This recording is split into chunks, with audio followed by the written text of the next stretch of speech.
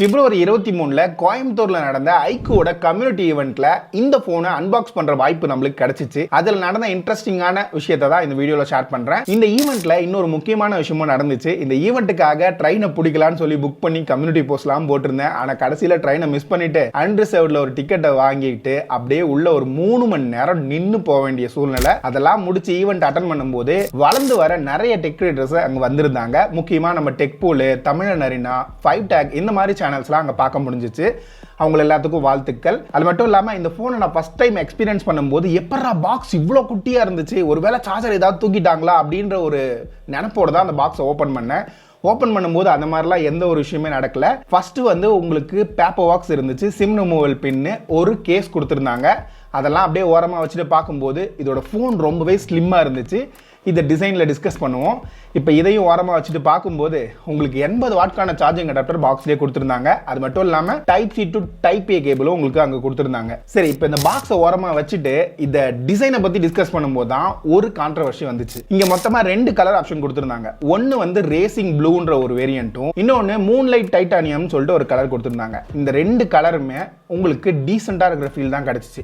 முக்கியமாக blue colour உங்களுக்கு ரொம்பவே நல்லா இருந்துச்சு. ஆனால் இந்த டைட்டானியம் இன்னும் அவங்க கலர் ஆப்ஷன் நிறைய இம்ப்ரூவ் பண்ணலாமோ அப்படின்னு தான் எனக்கு தோணுச்சு. அந்த ஈவெண்ட்லையுமே அதை பற்றி நான் சொல்லியிருந்தேன். சொல்லும்போது ஒரு ஓட்டிங்கே வைக்க வேண்டிய நிலமெல்லாம் வந்துச்சு. என்னன்னா எல்லாத்துக்குமே மக்கள் கை தூக்குனாங்க.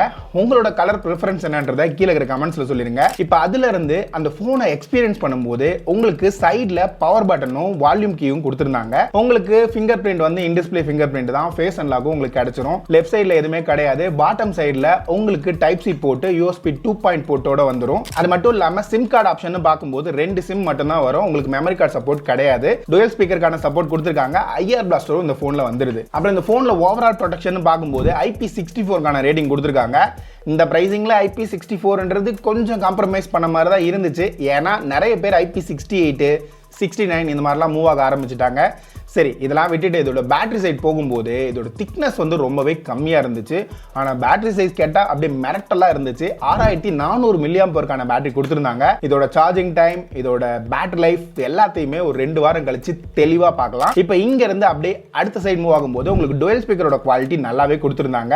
அப்புறம் இந்த டிஸ்பிளே சைடு வரும்போது ஒரு சிலருக்கு கர்வ் ஸ்கிரீன் பிடிக்கும், இன்னும் ஒரு சிலருக்கு பார்த்தோம்னா குவாட் கர்வ் அந்த மாதிரி விஷயங்கள்லாம் பிடிச்சிருக்கும். இந்த போன்ல உங்களுக்கு ஃபிளாட் டிஸ்பிளே தான் கொடுத்துருக்காங்க. ஃபிளாட் டிஸ்பிளே இன்னும் நிறைய பேர் விரும்புறதுக்கு காரணமே அதோட ஹோல்டிங் பண்ற விதமும் சரி, மெயின்டெனன்ஸ் காஸ்டும் சரி, டெம்பர்ட் லாஸ் இந்த மாதிரி விஷயங்களும் உங்களுக்கு அசால்ட்டா கிடைச்சிரும். இந்த போன்ல உங்களுக்கு 1.5K ரெசல்யூஷன்ல ஒரு பேனல் கொடுத்திருக்காங்க. இது 6.78 இன்ச்கான OLED பேனல் தான். இது இல்லாம உங்களுக்கு 144 ஹெர்ட்ஸ்க்கான ரிஃப்ரெஷ் ரேட் கொடுத்திருந்தாங்க. இதை நான் யூஸ் பண்ணும்போது டச் ரெஸ்பான்ஸ் எல்லாம் செம்மையா இருந்துச்சுங்க. இங்க இருந்து இதோட HDR பெர்ஃபார்மன்ஸ் போகும்போது யூடியூப்ல உங்களுக்கு 4K HDR வரலையுமே சப்போர்ட் கிடைக்குது. இங்க உங்களுக்கு கலர்ஸ்லாம் நல்லா டெப்தாவே இருந்துச்சு. இந்த பிரைசிங்க்கு இதோட பேனலோட குவாலிட்டி நல்லா தான் இருந்துச்சு. அப்புறம் இந்த போன்ல மெயினா ஹைலைட்டான ஒரு விஷயம் இதோட பெர்ஃபார்மன்ஸ் தான். இங்க உங்களுக்கு ஸ்னாப்டிராகனோட 8S Gen 3 தான் கொடுத்திருக்காங்க. உங்களுக்கு ஒரு கேள்வி வரலாம், இந்த ப்ராசஸர் நிறைய போன்ல லாஸ்ட் இயர்ல கொடுத்துட்டாங்களே அப்படின்ட்டு. ஆனா இந்த ப்ராசஸரோட இந்த போன் லான்ச் பிரைஸே கம்மியா வரப்போகுதுன்றதா இங்க ஒரு ஹைலைட்டான விஷயம். அது மட்டும் இல்லாம இங்க உங்களுக்கு 90 FPS கான சப்போர்ட், Antutuல 1.7 மில்லியன் வரையும் இங்க கிளைம் பண்றாங்க. அப்புறம் இதோட பெர்ஃபார்மன்ஸை ஸ்டேபிளா மெயின்டைன் பண்றதுக்கு 6043 mm2ல ஒரு வேப்பர் சேம்பர் கூலிங் கொடுத்திருக்கிறதா சொல்லிருக்காங்க. இதோட ஹீட்டிங் மேனேஜ்மெண்ட்,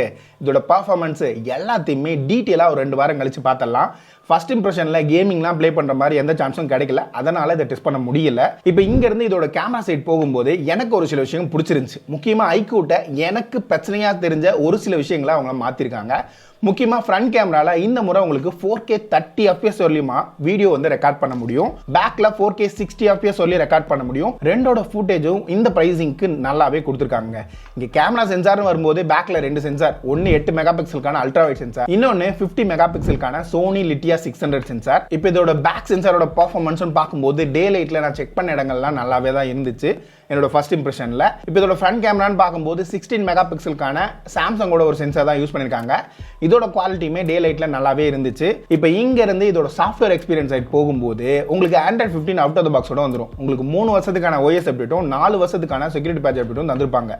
இப்போ இந்த வருஷத்துல FunTouch OS 15ல இந்த போன்ல உங்களுக்கு நிறைய இம்ப்ரூவ்மெண்ட் தெரியுது. இருந்தாலும் இன்னும் அந்த ப்ளோட்வேர்ஸ் அந்த மாதிரி விஷயங்கள்லாம் இருக்கு. ஒரு சில விஷயங்களை உங்களால அன்இன்ஸ்டாலும் பண்ண முடியும். அப்புறம் இந்த போன்ல ஸ்டோரேஜ் ஸ்பீட்னு பார்க்கும்போது UFSல 4.0க்கான சப்போர்ட், 8GB 256GB வேரியன்ட் அந்த மாதிரி இடத்துல கிடைச்சிரும். இதே உங்களுக்கு பேஸ் 8 128 இருக்கும் பட்சத்துல யூஎஃப்எஸ்ல 3.1 கான சப்போர்ட் மட்டும் தான் கிடைக்கும். அந்த வேரியன்ட் உங்களுக்கு ஸ்பெஷலான பிரைசிங்ல வரதுக்கான வாய்ப்பு இருக்கு. அதை பத்தி நான் சொல்றேன். இப்போ இது இல்லாம அடிஷனல் ஃபீச்சர்னு பார்க்கும்போது Wi-Fi 6 கான சப்போர்ட், ப்ளூடூத்ல 5.4 கான சப்போர்ட், அப்புறம் கார்ட்லெஸ் பேமெண்ட்டுக்காக NFC சப்போர்ட்லாம் இந்த போன்ல உங்களுக்கு கிடைச்சிரும். ஃபைனலா எல்லாரும் எதிர்பார்த்துட்டு இருந்தா இந்த பிரைசிங் தான். இப்போ இந்த 8s Gen 3யோட இந்த ஃபோனை முக்கியமாக ஒரு ப்ரைஸிங் ஸ்லாட்டில் தான் லான்ச் பண்ண போகிறாங்க. இந்த ஃபோன் உங்களுக்கு 23,000 ரூபாய் அப்படின்ற ப்ரைஸில் கிடைக்கிறதுக்கான வாய்ப்புகள் 99% இருக்குது லான்ச் ஈவெண்ட்டில் நான் கவனித்த வரைக்கும். இதோட ப்ரைஸிங் எந்த அளவுக்கு இம்ப்ரெசிவாக இருக்குன்றத இன்னைக்கு லான்ச் பண்ண உடனே கீழே இருக்கிற கமெண்ட்ஸில் சொல்லுங்கள். நம்ம லாங் ரிவ்யூவில் இன்னும் டீட்டெயிலாக டிஸ்கஸ் பண்ணுறோம். தாடி வச்சுட்டுலாம் இல்லை, ரியலாகவே டிஸ்கஸ் பண்ணுவோம். அப்புறம் இன்னொரு முக்கியமான விஷயம், சப்ஸ்கிரைப் பண்ணிட்டு இந்த சேனலை நிறைய பேருக்கு ஷேர் பண்ணுங்கள். ஒரு வருஷமாக கிட்டத்தட்ட 60 ஃபோனுக்கு மேலே வாங்கி ரிவ்யூ பண்ணியிருக்கேன். ஆனால் இந்த மாதிரி ஒரு சேனல் இருக்கிறது இன்னும் நிறைய பேருக்கு தெரியல. நீங்க தான் தெரியப்படுத்தணும். அதை மட்டும் பார்த்து பண்ணுங்க. இன்னொரு வீடியோல பார்க்குற வரைக்கும் பை.